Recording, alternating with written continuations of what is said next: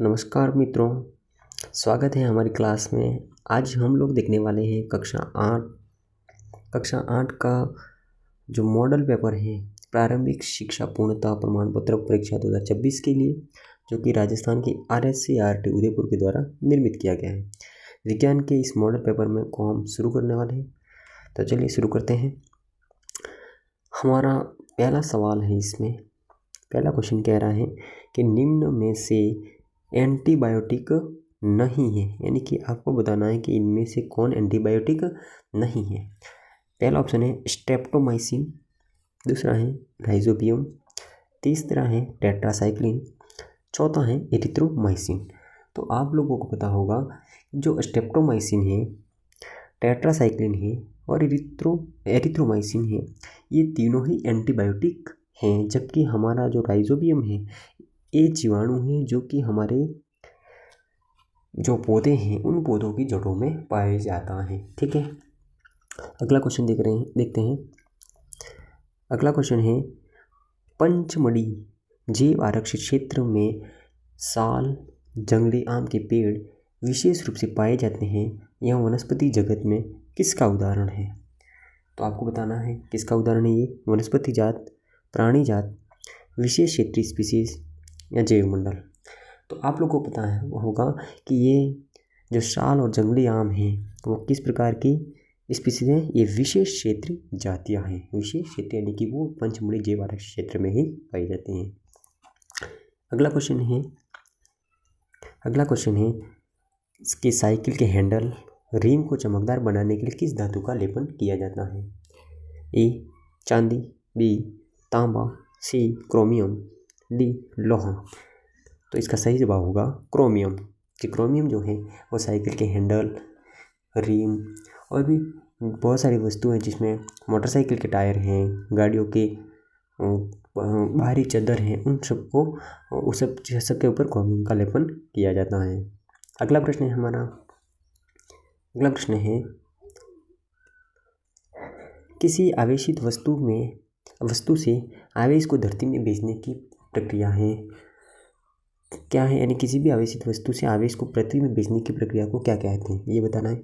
भूसंपर्कन, विद्युत विसर्जन, आवेशन, तड़ित चालक क्या कहा जाता है? तो आपको पता होगा हमारा ऑप्शन ए भूसंपर्कन इसमें सही होगा।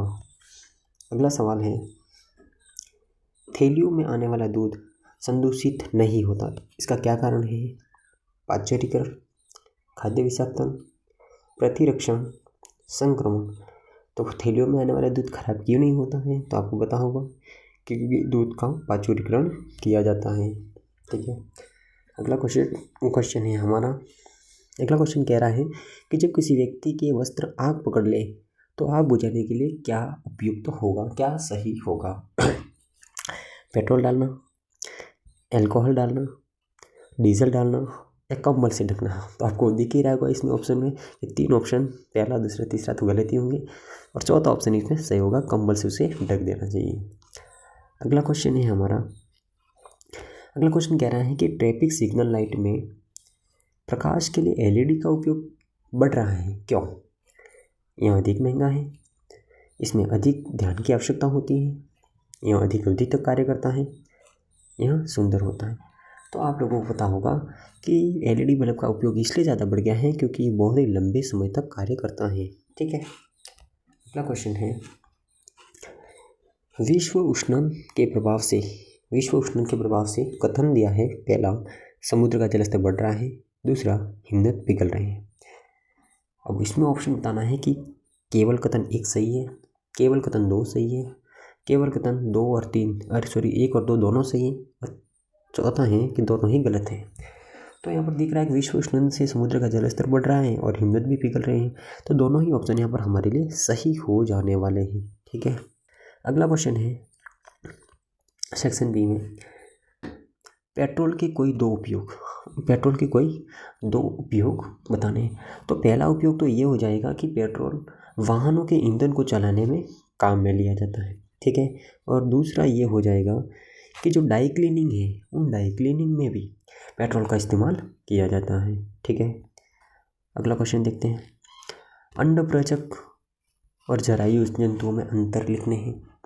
अंडप्रजक किसे कहते हैं? तो पहले तो ये पता करना है कि अंडप्रजक जंतु में वे जंतु जो सीधे सीधे अंडे देते हैं, ठीक है।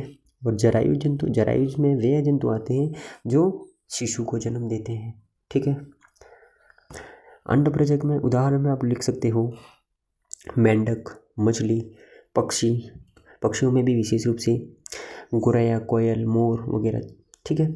जरायुज में मनुष्य, गाय, भैंस, घोड़ा, ऊंट, बंदर वगैरह आ सकते हैं। अगला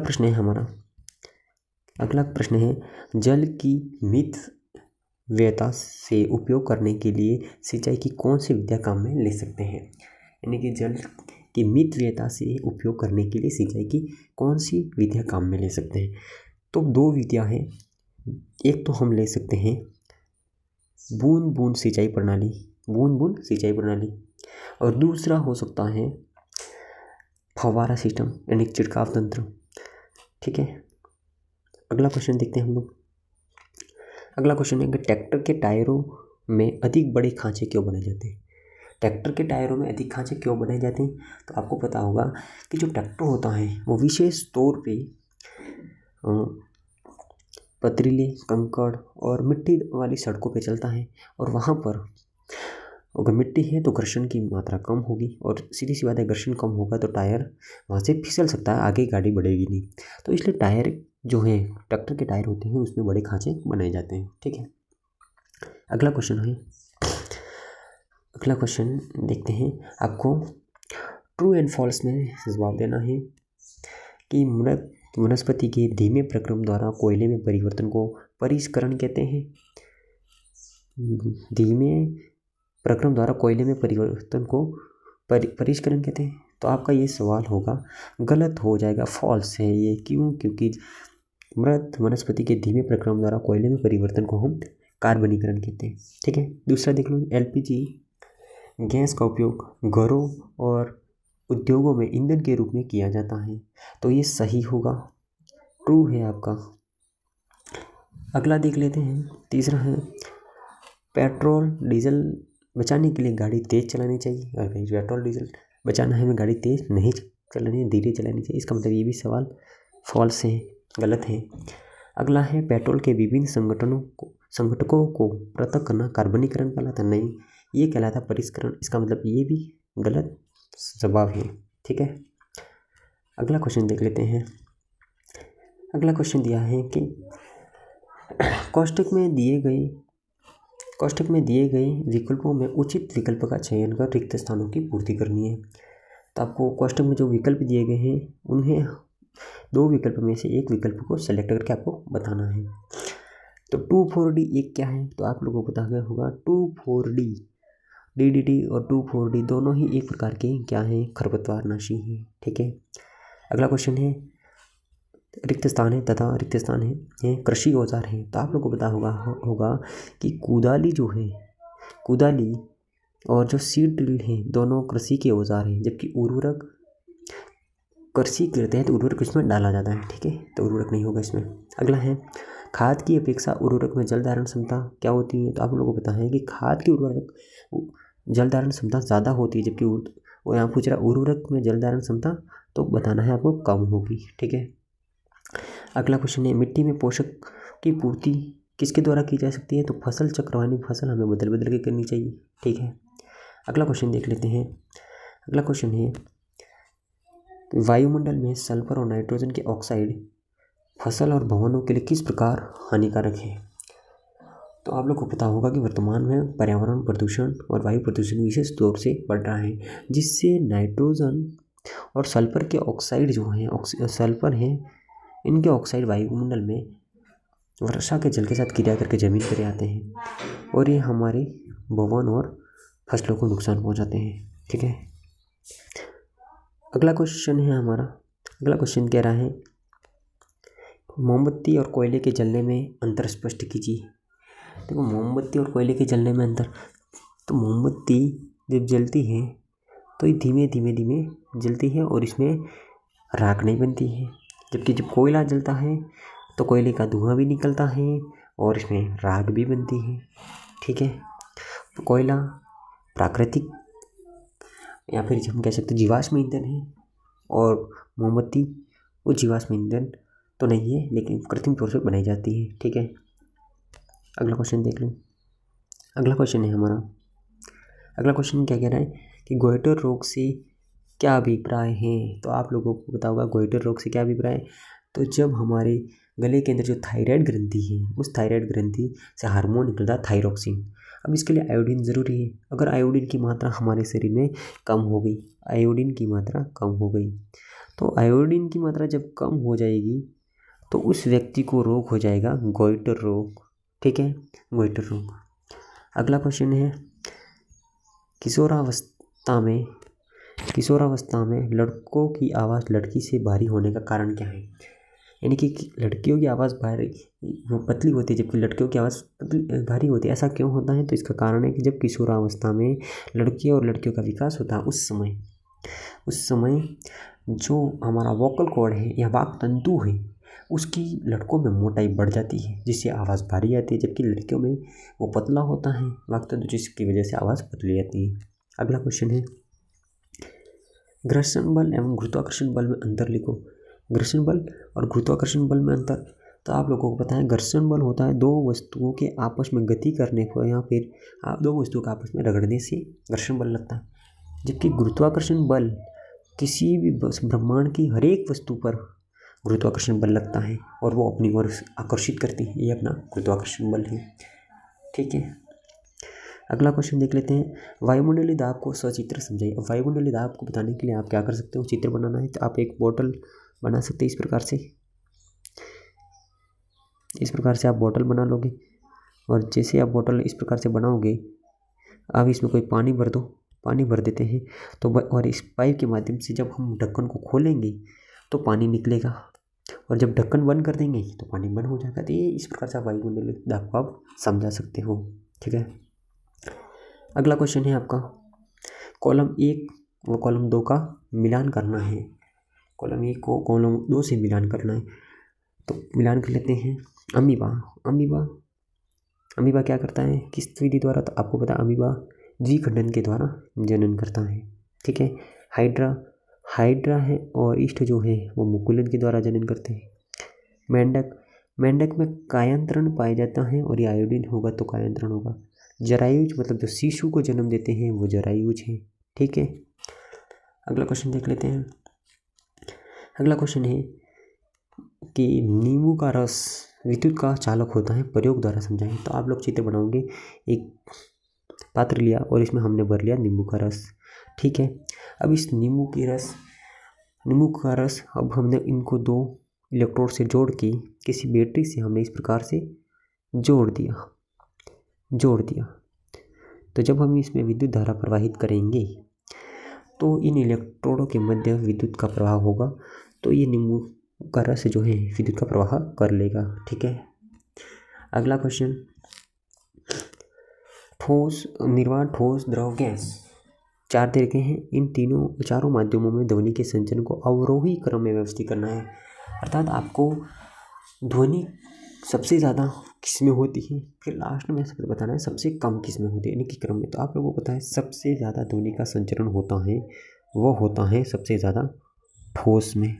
ठीक है, इसके बाद होता है ठोस के बाद में द्रव में। ठीक है, द्रव के बाद होता है गैस में और ध्वनि का संचरण निर्वात में तो होता ही नहीं है, तो निर्वात सबसे लास्ट में हो जाएगा। ये हो गया ध्वनि के संचरण का अवरोही क्रम। अवरोही में आपको हमेशा ध्यान रखना सबसे अधिक है वो सबसे पहले और सबसे कम है वो सबसे लास्ट में आता है, जबकि आरोही में सबसे कम वाला पहले और सबसे अधिक वाला लास्ट में आता है। ठीक है, अगला क्वेश्चन देख लेते हैं।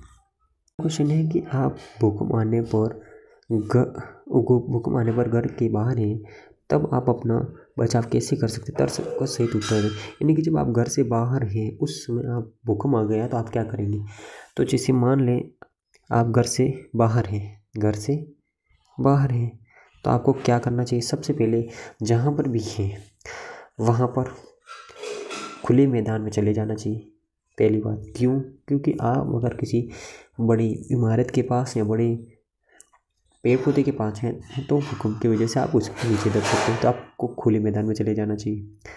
दूसरा, अगर आप घर के बाहर किसी कार में हैं तो आपको कार के अंदर ही बैठे रहना चाहिए और कार को एक स्थान पर सुरक्षित जगह पर रोक लेना चाहिए। ठीक है, चलो अगला क्वेश्चन देखते हैं हम लोग। अगला क्वेश्चन है हमारा, आधुनिक जीवन में परावर्तन और अपवर्तन के सिद्धांतों का प्रयोग किस प्रकार हमारी सुविधा को बढ़ाता है? तर्क सहित उत्तर दीजिए। आधुनिक जीवन में परावर्तन और अपवर्तन के सिद्धांतों का प्रयोग किस प्रकार हमारी सुविधा को बढ़ाता है? तो आप लोगों को पता होगा कि जो परावर्तन है, जैसे प्रकाश की किरण कोई जा रही है उसका टकरा के वापस आना, ये कहलाता है परावर्तन, ये कहलाता है परावर्तन। और इस परावर्तन की घटना का हम लोग देखते हैं कि जैसे हमारे घरों के अंदर सूर्य का प्रकाश सीधा नहीं आ सकता, फिर भी परावर्तन की घटना से हमारे घरों के अंदर पहुंचता है। तो वर्तमान में आधुनिक समय में परावर्तन जो है हमारे लिए बहुत ही आवश्यक हो गया है कि इसके बारे में जानना। इसके बाद है अपवर्तन। अपवर्तन में क्या होता है कि कोई भी प्रकाश की किरणें हैं वो किसी पारदर्शी सतह को जब पार करती हैं तो फिर इसमें विक्षेप हो जाता है, उसकी जो दिशा वो बदल जाती है बाद में। तो इससे हमें पानी में कोई वस्तु गिर गई है तो हम उसकी आभास ही हमें दिखाई देता है कि वहाँ तक है, लेकिन वास्तव में ऐसा नहीं होता। तो इस प्रकार से हमारे दैनिक जीवन में ऐसे बहुत सारी चीज़ें हैं जहाँ हम परावर्तन और अपवर्तन को देखते हैं। अगला क्वेश्चन देख लेते हैं। अगला क्वेश्चन है, यदि कील के नुकीले भाग को चपटा बना दिया जाए तो बल और दाब पर क्या प्रभाव होगा? लिखिए। आप लोगों को बताना है कि बल का सूत्र है, बल बराबर होता है दाब बराबर दाब P बराबर बल बटा क्षेत्रफल। अर्थात इसका मतलब है कि जिस वस्तु का क्षेत्रफल ज़्यादा होगा उसका दाब कम, और जिस वस्तु का क्षेत्रफल कम उस वस्तु का दाब ज़्यादा होगा। तो अगर किसी कील के नुकीले भाग को चपटा बना दिया जाए तो उस पर क्षेत्रफल अधिक होगा तो दाब कम हो जाएगा, और दाब जब कम होगा तो वो कील को हम दीवार में या किसी भी जगह पर लगाएं तो वहाँ अंदर पर फिट करना कठिन होगा। ठीक है, अगला क्वेश्चन है, वायुयान की आकृति पक्षी के समान क्यों बनाई जाती है? आप लोग को बताएं कि वायुयान जो होता है हमारा वो बिल्कुल पक्षी के आकार का बनाया जाता है। इस प्रकार से आप लोगों ने देखा होगा, इस प्रकार से बनाया जाता है। ठीक है, दोनों पंख होते साइड में और आगे इस प्रकार से होता है। तो आप लोगों को पता है कि जब भी कोई वस्तु गति करती है, चाहे वो जमीन पर है चाहे आसमान में, तो उस पर घर्षण बल लगता है, और उस घर्षण को कम करने के लिए उस वायुयान की आकृति पक्षी के समान बनाई जाती है। ठीक है, अगला क्वेश्चन है, दिए गए चित्र को नामांकित करो। यह हमारे कान का चित्र है, आपको उसे नामांकित करना है। नामांकन में क्या होगा? ये कान का पीकना है। ठीक है, इसके ये है कान का पर्दा है, ये है कर्णपटल बोलते हैं इसको। ठीक है, इस प्रकार से आपको इनका नामांकन करना है। अगला क्वेश्चन है कि ऐसी दो परिस्थितियों को लिखिए जो ये दर्शाते हैं कि बल लगाने के लिए कम से कम दो वस्तु की अन्योन क्रिया होनी आवश्यक है। यानी कि ऐसी दो परिस्थितियों को लिखिए जो ये दर्शाते हैं कि बल लगाने के लिए कम से कम दो वस्तु के में अन्योन क्रिया होनी आवश्यक है। जैसे बल लगाने के लिए, जैसे कोई एक व्यक्ति है दूसरे व्यक्ति को धक्का लगाना चाह रहा है, किसी गाड़ी को धक्का लगाना चाह रहा है, जैसे कोई गाड़ी है इस प्रकार से, और इस प्रकार से कोई गाड़ी है और एक व्यक्ति उसको धक्का लगा रहा है, तो इन दोनों के बीच में अन्योन क्रिया होनी आवश्यक है। इसी प्रकार से एक व्यक्ति है जो अपना पानी किसी कुएं में से खींच के निकाल रहा है, तो उस रस्सी और आदमी के हाथों में दोनों में अन्योन क्रिया आवश्यक है। तो इसका मतलब है कि बल लगाने के लिए दो वस्तु में अन्योन क्रिया होना आवश्यक है। अगला क्वेश्चन है हमारा, घर्षण हमारा मित्र है। उदाहरण दीजिए। जैसे घर्षण बल होगा तो हमारा पेन जो है वो चल पाएगा, घर्षण बल है तो हम धरती पर चल पाएंगे, घर्षण बल है तो हमारे बाद गाड़ी गति करते हुए कोई गाड़ी है उसको हम रोक सकते हैं। ठीक है, अगला क्वेश्चन है हमारा, अगला क्वेश्चन है ऐसी दो क्रियाएं लिखिए जिनसे ध्वनि प्रदूषण होता है। यानी कि ऐसी दो क्रियाओं के नाम बताने जिनसे ध्वनि प्रदूषण होता है। तो पहला है लाउड स्पीकर हमें नहीं चलाने चाहिए ज़्यादा समय तक। दूसरा है वाहनों के जो हॉर्न है उनको तेज़ गति से नहीं बजाना चाहिए, जिससे ध्वनि प्रदूषण बढ़ता है। अगला क्वेश्चन है हमारा, अगला क्वेश्चन है, पर्यावरण के शुद्धिकरण के लिए सूक्ष्म जीवों की भूमिका महत्वपूर्ण होती है। इस कथन की व्याख्या करनी है। यानी कि पर्यावरण के शुद्धिकरण में सूक्ष्म जीवों की भूमिका है, पर हमें बताना महत्वपूर्ण क्यों है। तो आप लोगों को पता होगा कि जितने भी प्रकार के सूक्ष्म जीव हैं, अधिकांश जो सूक्ष्म जीव हैं वो कहीं ना कहीं हमारे जो अपशिष्ट पदार्थ हैं उनका अपघटन करने का काम करते हैं।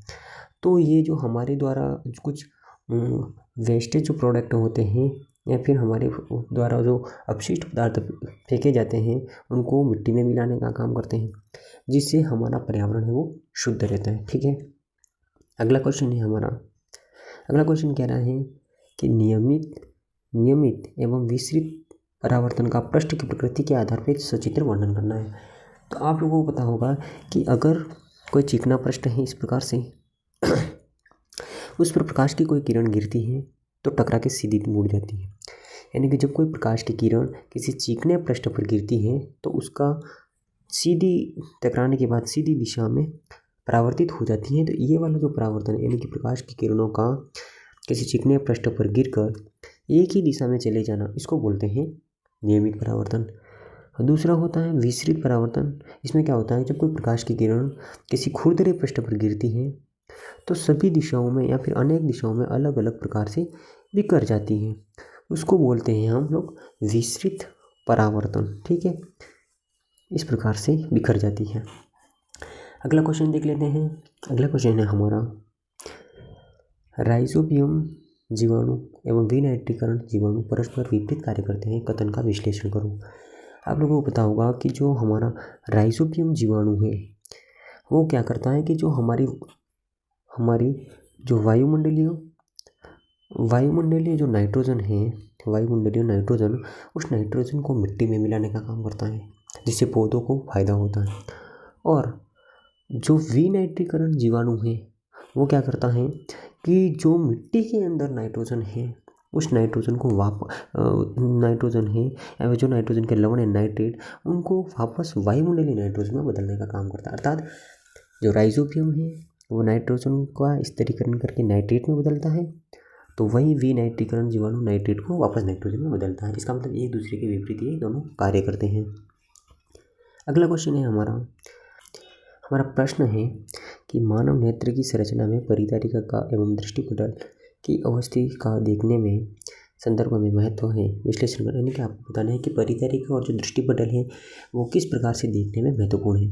तो आप लोगों को पता होगा कि जो परिधारिका है जिसको हम आइरिस बोलते हैं, यह आइरिस मानव की आँखों का जो रंग है, मानव की आँखों का रंग, उस रंग का निर्धारण करती है।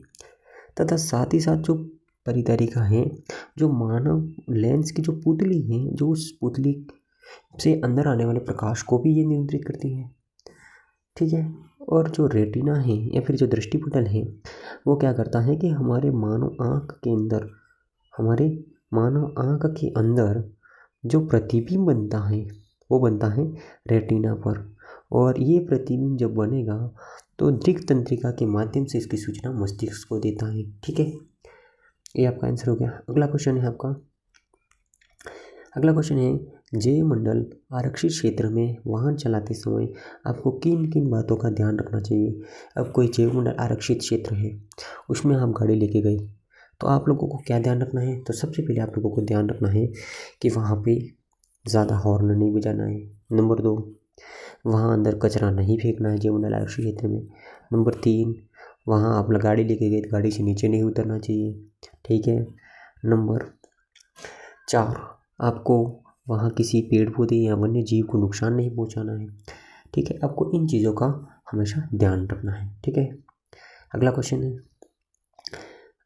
है कि मानव में अंतःस्रावी ग्रंथियों की स्थिति को चित्र में निरूपित करना। कोई भी 2 बतानी है।